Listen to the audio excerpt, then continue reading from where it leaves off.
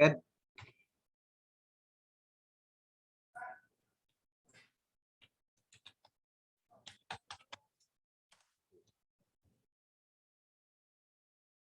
Jadi tolong hasilnya kirim ke email saya ya, rekaman videonya sama rekap absensinya. Oke, kita lanjutkan ya. Kita kuliah KWO dulu kemarin sudah menjelaskan masalah apa ya, masalah-masalah yang pendahuluan. Nah, sekarang saya mau mengingatkan ini, mumpung saya masih ingat ya, dan adik saya di belakang kan lagi mendengarkan juga nih ya. Mumpung adik saya lagi ada di sini ya. Ya dia pengen kuliah juga katanya, ya nggak apa-apa, saya bilang ikut aja lah sama teman-temannya di sini, nanti ada teman kamu, saya bilang. Nah, jadi apa, kita ini di Unsri itu ada yang namanya program mahasiswa wirausaha. Mumpung saya lagi ingat, di program mahasiswa wirausaha ini ada kompetisi. Kompetisi itu adalah Anda mengajukan proposal per kelompok, nanti Anda akan dikasih modal usaha maksimal 10 juta. Nah, mumpung itu ada kesempatan, itu akan saya jadikan nilai UAS. Jadi UAS-nya adalah mahasiswa berkelompok mengajukan proposal wirausaha ke program wirausaha mahasiswa PMW di Unsri. Nah, yang tidak ngajukan proposal ke PMW Unsri berarti dia dapatin nilai UAS. Nah, proyeknya itu kaget di akhir. Silakan Anda buat kelompok nanti UAS-nya. Membuat proposal proyek untuk mengajukan proposal wirausaha ke Unsri. Jika Anda diterima proposalnya, Anda akan dapat modal. Jalankan usahanya. Ya. Itu ya. Dan ini kan bantuan, jadi bukan sesuatu hutang. Jadi kalau Anda berjalan usahanya nanti ada masalah, ya harus dibalik ke duitnya. Namanya juga bantuan. Dan pemerintah Unsri memberi bantuan per kelompok 10 juta maksimal. Tidak perlu dibalik ke, bukan minjem duit, bukan, ini bantuan. Jadi kalau ada mahasiswa pengen buka usaha, ngajuin proposal, kalau proposal diterima, dikasih bantuan modal maksimal 10 juta. Nah, jadi sekarang siap-siapkanlah kelompoknya. Pak, aku berkelompok dengan ABCD, silakan. Nah, buatlah sekarang rancangan usahanya apa. Kayak pas proposal PMW-nya buka, proposal program wirausahanya buka di Unsri, ajukan. Nah, yang mengajukan proposal itu berarti mendapat nilai ujian akhir semester. Saya nggak tahu di bulan apa di bulan Maret, apa di bulan Juni, apa di bulan Mei, apa di awal bulan Februari. Ya, siap-siap aja minta informasi sama kakak tingkatnya. Mungkin ada yang tahu kapan program PMW mahasiswa di Unsri buka. Itu ya, itu yang pertama. Ada pertanyaan masalah itu? Saya mau tanya Pak, sekelompok orang berapa Pak? Nah, dia itu sekelompok itu berarti minimal duo. Kalau sedewean bukan sekelompok namanya. Ya, sekelompok minimal duo. Nah, maksimal berapa? Di situ ada petunjuk di PMW itu. 5 atau 4, saya nggak tahu. Nggak boleh wong 10 di sana tuh. Ya, dia ada maksimal.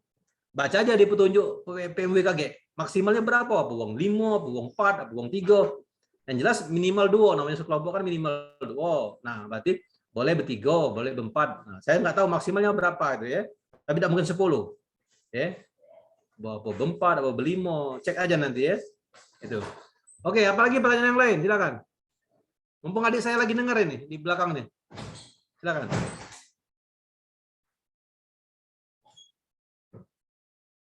Mirip kan?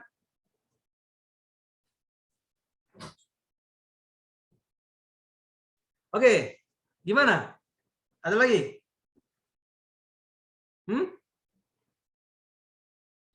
Jelas ya, UAS-nya kita ngambil dari PMW ya. Oke. Nah, sekarang kita masuk ke materi. Ya. Ya, bener nggak?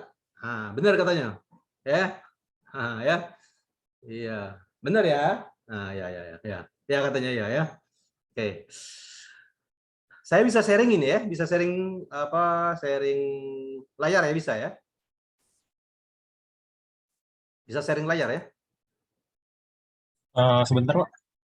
Oh ya, buka apa ya? Buka dulu kalau belum bisa.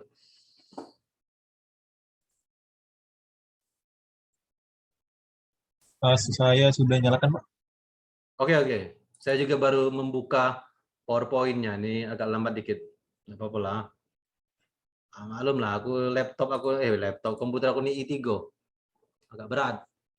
Ya. Komputer yang canggih dipinjam Rapi tadi. Rapi lagi make.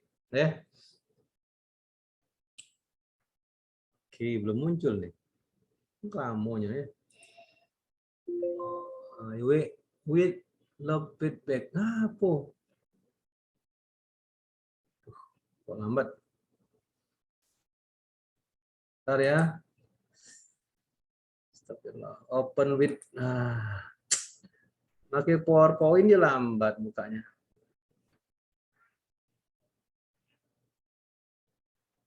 Nah, sudah terbuka. Alhamdulillah. Sudah terbuka deh.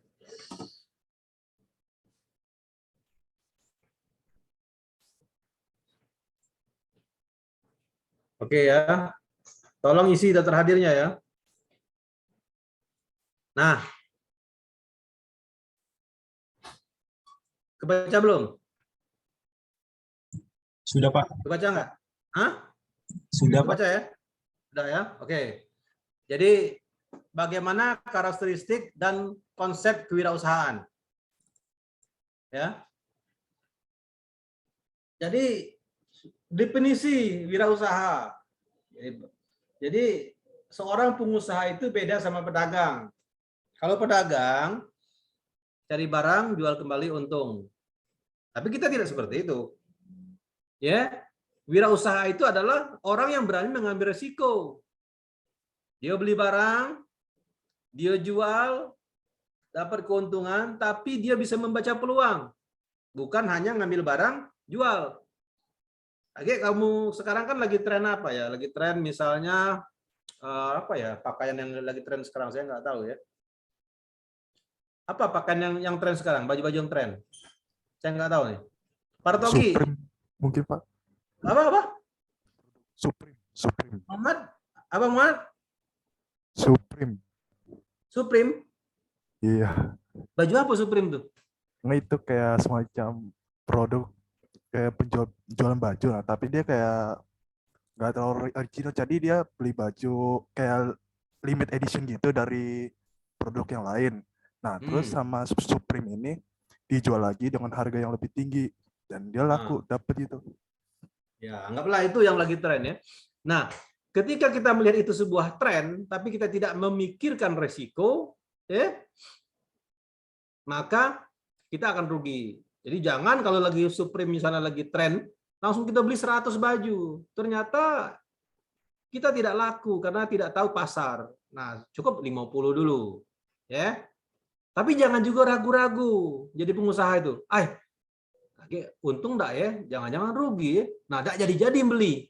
Enggak jadi-jadi jualan. Takut untuk memulai usaha. Berarti tidak mau mengambil risiko. Itu salah juga. Jadi pengusaha itu berani mengambil risiko, tetapi dia tahu bahwa barang ini akan untung. Dia tahu sumber-sumber ekonomi di daerah. Misalnya, ya, Anda kalau ke Palembang ini kan makanan khasnya apa, Partogi? Makanan khas Palembang? Pempek, Pak. Pernah makan pempek, Partogi? Pernah, Pak. Kamu lagi di Palembang atau lagi di daerah lain? Lagi di kota lain? Di Palembang, Pak. Oh, tahu berarti kau pempek ya? Kau pikir kau lagi di Medan. Nah, kalau tahu dengan pempek, kan Partogi kan punya orang-orang di Medan, punya kawan-kawan di Medan. Partogi punya Instagram, punya Facebook, punya apalah media-media sosial yang lain. Nah, Partogi main aja ke tempat sentra-sentra pempek. Tanya aja sama kawan-kawan kamu Palembang, di mana sih tempat tukang-tukang buat pempek? Nah, ternyata kan pempek di sini misalnya satu porsi harganya 1.000 atau 1.500 misalnya, atau 10.000 yang panjang itu. Nah, sudah. Pak, boleh enggak aku kerja sama Bapak? Aku menjualkan pempek Bapak. Nah, itu kan. Tapi aku akan buat packing sendiri. Jadi kotaknya merek Partogi.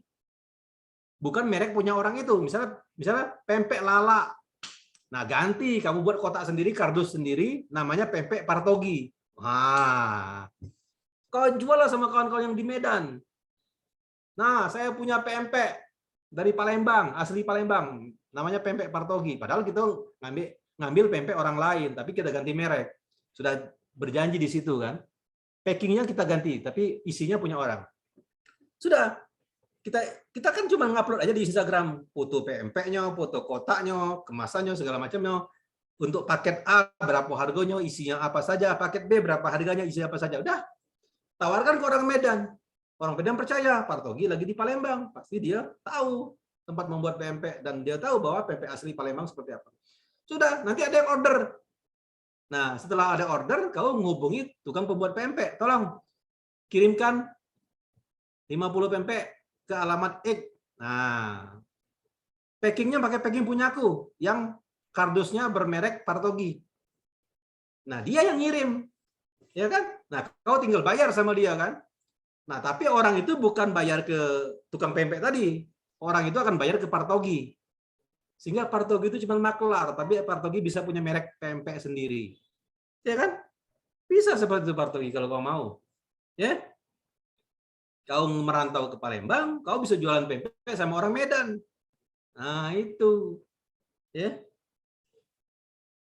Itu salah satu contoh lah, pengusaha itu seperti itu. Jadi tidak harus kita tukang buat PMP.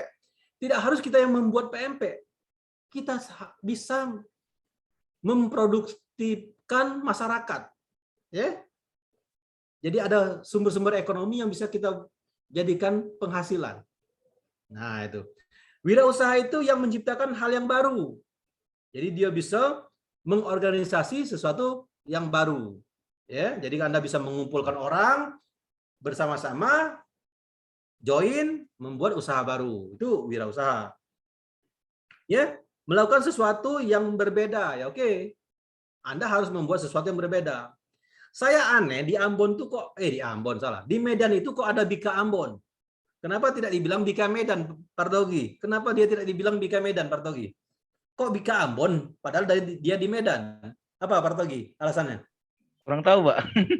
Kau kan orang Medan, Partogi. Hah? Lahir di Palembang, Pak.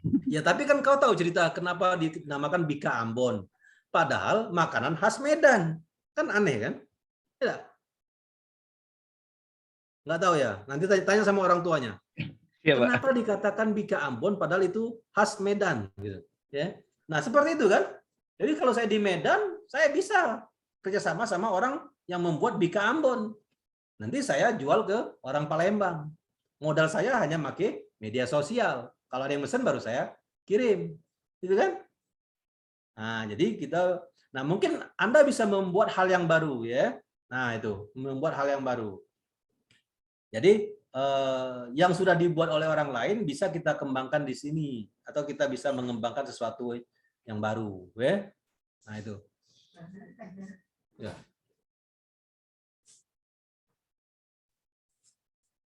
Mau 4 atau M4?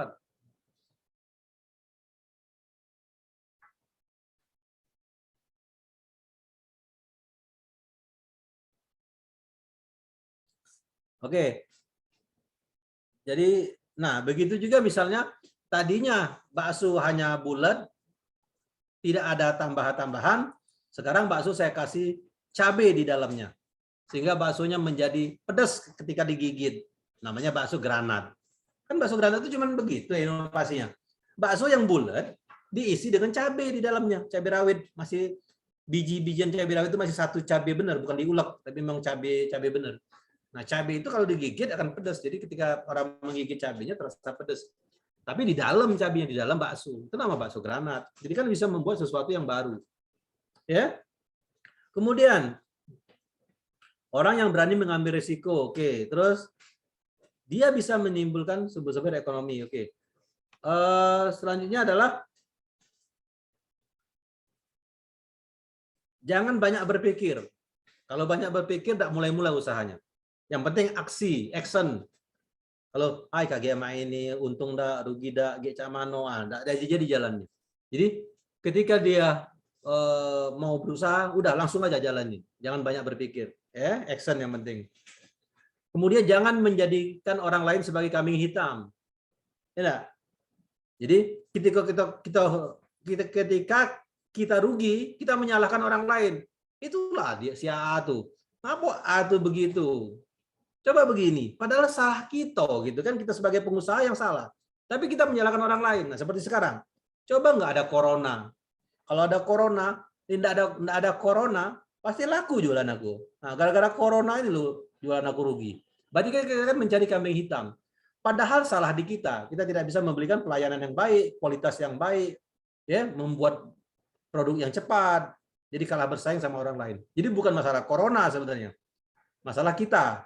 Tapi kita menyalahkan orang lain. Itu namanya kambing hitam. Jadi tidak boleh pengusaha bersikap seperti itu. Dia harus mencari solusi, bukan mencari masalah. Ya, yang penting mencari solusi. Terus cari umpan balik. Nah, kalau Anda membuat sebuah PMP, misalnya PMP-nya tidak enak, jangan Anda marahi konsumen. Tanya, apa masalahnya? Oh, kurang manis, ya, oke, tambah gula. Kurang asin, tambah garam. Kurang pedas, tambah cabai. Jangan kita marahi. Hai Bapak nih, aku ini sudah 10 tahun buat PMP. Nah inilah PMP itu, udah kati yang lain. Nah, berarti kan kita menyalahkan orang lain. Padahal dia itu memberikan feedback kepada kita, memberikan umpan balik bahwa PMP itu seperti ini, saya seleranya seperti ini. Ketika kamu jualan PMP di Jogja, mungkin lebih seneng PMP-nya agak manis ya orang Jogja ya, bener nggak? Rapli, bener nggak Rapli? Kalau di Jogja lebih seneng yang manis-manis. Rapli, Ramadan Sah. Nggak tahu Pak, saya bukan orang Jogja. Iya, kau kan tahu informasi hidup nih, kau nih.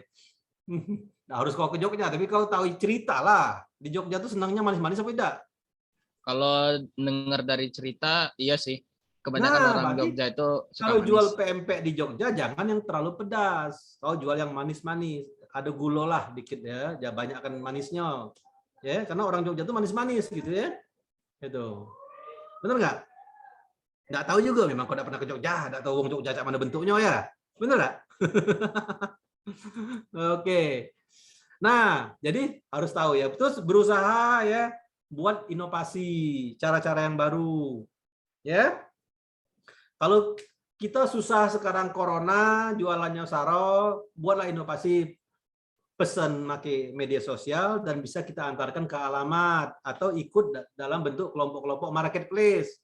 Melok Shopee, melok Bukalapak, ikut yang lain. Jadi jualannya itu bisa melalui marketplace.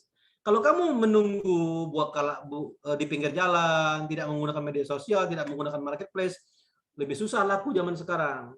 Jadi kalau mau laku, ikut Gojek, Bukalapak, Grab, Shopee, dan lain-lain. Nah, jadi sehingga jualannya bisa laku. Jadi dengan cara-cara barulah. Ya, sekarang orang lebih senang menggunakan media sosial atau online, ya itu. Kemudian wirausaha itu adalah orang yang ya beranggapan bahwa dirinya ya bisa mengendalikan segala sesuatu, ya. Jadi dia merasa hebat dalam dirinya, ya. Dan dia mau berubah, ya, itu seorang wirausaha. Kalau secara eksternal, ya, bahwa dia tidak sombong, bahwa kalau aku berhasil bukan karena aku, tapi karena kita satu tim, karena kita kerjasama, karena kita usaha bersama, sehingga tidak hanya aku yang membuat ini berhasil, tapi kita tim ini yang membuat berhasil. Nah, jadi dia ada ego juga pribadi, tapi juga ada kemauan untuk mengakui bantuan orang lain. Ya, seperti itu. Jadi pribadi wirausaha itu adalah dia bisa mencari peluang. Ya, itu saya bilang kemarin, masalah kamu adalah peluang saya. Your problem is my opportunity. Benar nggak? Ya, that is my dream, not her. Ya, benar parah? Itu kalimatnya benar nggak? That is my dream, not her. Iya Pak. Ya, apa artinya itu? Itu mimpi saya, bukan dia. Iya, jadi kita jadi pengusaha itu kan mimpi kita, bukan mimpi orang lain. Ya, seperti di film-film itu kan, that is my dream, not her. Ya, oke. Nah, dia harus ulet. Jadi jangan mudah menyerah ya. Tanggung jawab. Nah, itu kenapa Anda diberi tugas, Anda selesaikan tugas. Nah, itulah melatih Anda untuk bertanggung jawab. Misalnya besok kumpul tugas, kita kumpul. tahan begadang, itu berarti kita bertanggung jawab. Tapi kalau kalian tidak tanggung jawab, sudahlah, tidak usah kumpul lah. Nah, itu berarti Anda tidak mau bertanggung jawab. Nanti kalau berbisnis sudah berjanji, selesaikan orderan kami dalam waktu 1 minggu. Ya, saya sanggup. Tahu-tahu 1 minggu tidak selesai, dimarahi wong kamu. Ditinggalkan orang, tidak dibayar wong. Nggak ada yang mau bayar pekerjaan kamu. Karena Anda tidak bertanggung jawab. Ya. Kemudian Anda harus memperhatikan kualitas dan efisien. Jangan asal selesai tapi tidak berkualitas. Asal selesai tapi tidak efisien. Terus berani mengambil risiko. Jangan jadi penakut. Ya. Kemudian tahu sasaran. Kalau mau jualan PMP harga 1.000, jangan jualan di Palembang Indah Mall. Nggak percaya orang PMP 1.000 di Palembang Indah Mall. Tapi kalau jual PMP 1.000 di pasar 26, orang percaya. Ya. Percaya nggak? Nah, kenapa kita jual PMP 1.000 di Palembang Indah Mall nggak laku? Apa alasannya? Muhammad Ikhlasul Amal. Apa alasannya Muhammad Ikhlasul Amal jika jual PMP 1.000 di Palembang Indah Mall tidak laku? Apa alasannya? Ikhlasul Amal. Karena mungkin terlalu murah, Pak. Tidak sesuai dengan tempatnya. Selain murah apa lagi? Takut bahannya tidak yang kualitasnya bagus. Oke, orang tidak percaya. Orang-orang di mall itu orang-orang kaya kan, yang belanja di mall itu orang-orang kaya. Kalau 1.000 dia tidak percaya, murah nian pempek ini. Jangan-jangan pempeknya tidak lemak. Jangan-jangan pempeknya cuma gendum, tidak ada ikannya. Ya, karena orang kalau ke mall nggak mungkin di kantongnya itu cuma 10.000 uang. Pasti minimal 50 sampai 100.000 dalam kantongnya. Nah, itulah. Jadi dia kalau nak beli barang 1.000 itu dia mikir-mikir, tidak lemak barang ini, tidak bagus. Tapi kalau kamu barang yang sama, pempek itulah, kau kemas dengan baik, kau jual di mall harga 2.000, dia percaya walaupun sama baik pempeknya. Ya, pempek 1.000 itulah, tapi kemasannya kau ganti. Terus kau jual dengan harga 2.000, dia percaya. Nah, ini lemak pempeknya. Ya, kita cuma mengganti kemasan, harganya kita naikkan, kita jual di mall, jadi mahal. Ya, dia percaya. Ya, jadi begitu, harus tahu sasaran. Kalau mau jual barang di mall, kemasannya bagus, harganya sesuai.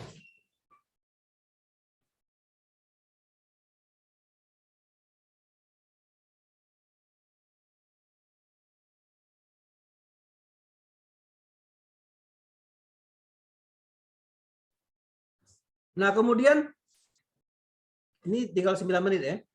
Kemudian tahu perencanaan yang sistematis ya, dia harus punya perencanaan yang sistematis. Ya, kemudian cari informasi, internet banyak kok, bisa mencari informasi.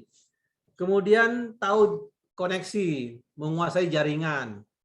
Bukan jaringan komputer, tapi koneksi dalam artian hubungan bisnis. Nah, Anda punya hubungan bisnis yang luas. Tidak perlu kita punya mobil kalau nak ngantar barang. Kita cari kawan yang punya mobil, dia sebagai partner kita untuk ngantar barang. Tidak perlu kamu ke toko pasar Jakabaring untuk beli ikan. Cukup cari pedagang di pasar Jakabaring yang berani nyuplai ikan ke rumah kita. Jadi tukang ikan nganter ke rumah. Nah, itu kan berarti begitu pengusaha. Jadi pagi-pagi tidak perlu aku ke Jakabaring. Aku tunggu di rumah, cukup telepon. Tolong antar ikan 50 kilo, diantarkannya. Ya, itu berarti sudah punya jaringan yang luas. Nah, ngirim barang, cukup telepon kurir. Tolong kirimkan barang ke sana.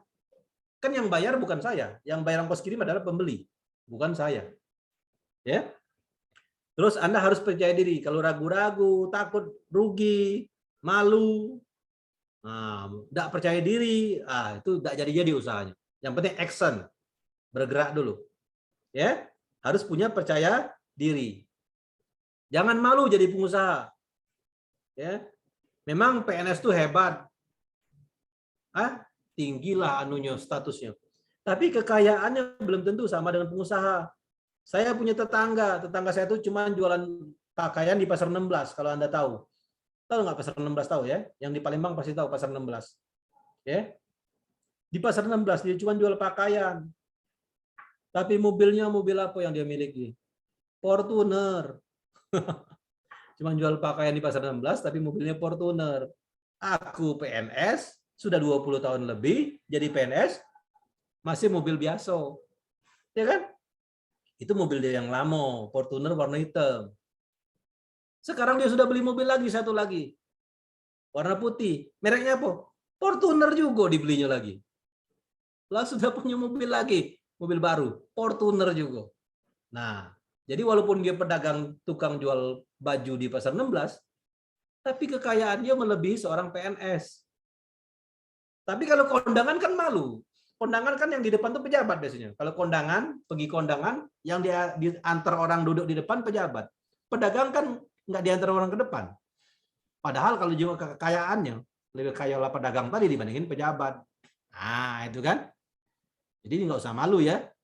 Jadi kalau jadi pengusaha nggak usah malu. Kemudian, jadi kamu harus bermanfaat bagi lingkungan. Ya, jadi pengusaha itu bukan untuk diri kamu, tapi kamu bisa menghidupi lingkungan. Ya, jadi punya pembaharuan, kreatif, inovatif, ya, bisa menggerakkan masyarakat, bisa meningkatkan taraf hidup masyarakat. Berani mengambil risiko, bisa baca peluang, bisa memanfaatkan peluang, bisa membuat usaha yang bisa melibatkan orang lain. Saya punya kawan pengusaha jilbab di Klaten, dia mempekerjakan tetangga-tetangganya. Jadi tukang jahitnya itu adalah tetangga-tetangga dia. Nah, itu ya. Jadi dia hebat, bisa buka usaha buat jilbab, yang begawe adalah tetangga-tetangga dia. Jadi masyarakat di sekitar itu dihidupkan oleh dia. Dia tuh bukan jual satuan, tapi dia penjahit. Kalau penjahit itu kan berarti banyak sekali jual tuh barang banyak. Kalau jual satuan tuh pedagang. Jadi kalau penjahit itu dia menjahit banyak, oke, dia jual sesuai dengan pesanan. Nah, yang ngerjakannya adalah tetangga-tetangga dia sebagai penjahitnya. Jadi bisa menghidupkan masyarakat. Ya. Jadi wirausaha 5 menit lagi ya. Wirausaha bisa mengambil risiko, wirausaha dia harus memiliki usaha, bukan dia begawi, tapi dia yang memiliki usahanya. Kalau Anda melok begawi juga dari A sampai Z, itu berarti bukan pengusaha. Pengusaha itu adalah sedikit be dia begawi, yang lain uang lain gawinya. Dia hanya memanajemen, dia memiliki usaha. Kemudian dia bisa membuat inovasi perubahan. Selain punya resiko, dia berani mengambil risiko, dia juga bisa membuat perubahan, namanya inovasi. Ya. Kemudian gagasan dia tuh besar, bukan hanya berpikir untuk jangka pendek, tapi dia punya pikiran untuk jangka panjang. Kemudian dia punya ide-ide yang baik, ide-idenya cemerlang, ya. Terus dia bisa bekerja sama orang lain, kemudian ya otaknya jalan lah ya, bukan yang tidak berkembang. Orang yang punya usaha, otaknya berjalan pastilah ya. Kemudian usaha itu bisa dipelajari ya. Jadi pengusaha itu bisa dipelajari, bukan keturunan. Ya. Mau jadi usaha itu bisa dipelajari. Jadi siapa saja bisa mempelajari bagaimana menjadi pengusaha. Bukan karena keturunan. Yang tadinya anak orang biasa bisa jadi pengusaha asal mau belajar. Ya, paham ya? Ya, ini masalah manajemen. Masalah ini nah itu. Ya. Jadi usaha itu harus jangka panjang, usaha itu harus siap diambil alih, ya. Jadi usaha itu tidak harus kita dari awal sampai akhir, boleh baik usaha itu, ya suatu saat akan diambil alih orang-orang lain, ya. Cak Gojek kan dulu siapa? Yang punya Gojek siapa? Yang jadi menteri itu siapa namanya? Yang jadi menteri sekarang pendidikan? Pak Nadiem, Pak. Pak Nadiem. Dulu kan Pak Nadiem dan kawan-kawannya yang buka Gojek. Tapi kan sekarang kan sudah dijual ke orang lain. Jadi Gojek itu sudah dimiliki oleh orang lain. Jadi siap diambil alih. Tapi dia kan dapat modal, dapat duit. Dia menjual Gojek sama orang lain, tapi dia sekarang dapat duit dari Gojek itu. Ya kan dia lepas misalnya, saya lepas Gojek ini sahamnya 50%, silakan dibeli oleh orang lain. Nah, 50% masih punya saya. Ketika Gojeknya maju, orang memasukkan modal, dia tetap dapat duit. Tapi tidak dia sekarang pemiliknya, sudah orang lain pemiliknya. Jadi siap diambil alih, tapi kita tetap dapat duit. Ya kan, bisa kita jual usaha kita ke orang lain, kita dapat fee dari usaha kita. Seperti itulah. Ya. Oke. Waktu 3 menit lagi, silakan kalau ada pertanyaan sebelum kita tutup. Silakan.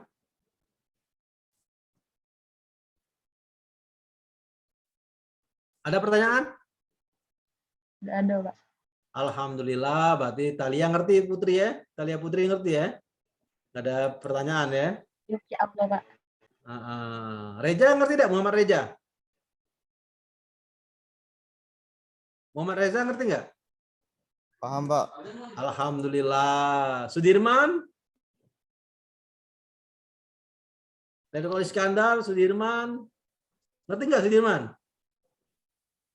Halo Sudirman? Hah? Ngerti. Ngerti. Edwin Gusando? Edwin? Ngerti, Pak. Ngerti, oke. Apa itu kewirausahaan, Edwin? Apa itu definisi Kewirausahaan itu kewirausahaan? Hah? orang yang anu, Pak. Wah, yang menjalankan orang lain. Hah? Apa? Orang yang menjalankan orang lain. Orang menjalankan orang lain itu untuk namanya menjalankan pion. usahanya. Hah? Untuk menjalankan usahanya, Pak. Orang yang Menjalankan orang lain untuk menjalankan usahanya. Wis. Agak bingung saya bisa menjalankan orang lain kayak main catur aja ya. Belajar lagi ya. Septian Pratama. Septian Pratama. Ngerti, Pak. Apa sifat-sifat yang harus dimiliki oleh pengusaha? Yang pertama, kalau dia bekerja sama harus, kalau berhasil berarti harus bagus gitu ya. Mengakuinya bersama-sama. Yang Kenapa? kedua harus rendah hati. Rendah hati, Kalau- tidak sombong. Itu Tidak sombong. pramuka itu. Itu pramuka. Apa lagi? Satya Dharma Pramuka itu rajin tidak sombong, rajin menolong dan tabah. Ya. Suci dalam kataan perbuatan. Nah, itu Satya Dharma Pramuka itu, bukannya pengusaha, we. Baca lagi ya. Oke ya, saya rasa cukup ya. Sampai jumpa minggu depan ya. Sampai jumpa minggu depan. Silakan bermimpi. Tugas minggu depan adalah saya minta Anda membuat mimpi. 10 tahun ke depan saya pengen jadi pengusaha seperti apa. Nanti akan saya tanya satu-satu. Mimpi Anda. 10 tahun ke depan saya pengen jadi pengusaha seperti apa. Silakan bermimpi. Minggu depan tugasnya adalah saya akan tanya satu-satu mimpi Anda 10 tahun lagi pengen jadi pengusaha seperti apa. Paham ya? Buatlah mimpi, akan kita diskusikan per orang. Mimpi Anda 10 tahun ke depan jadi pengusaha seperti apa. Oke, sampai jumpa. Assalamualaikum warahmatullahi wabarakatuh. Waalaikumsalam warahmatullahi wabarakatuh. Terima kasih, Pak. Warahmatullahi wabarakatuh.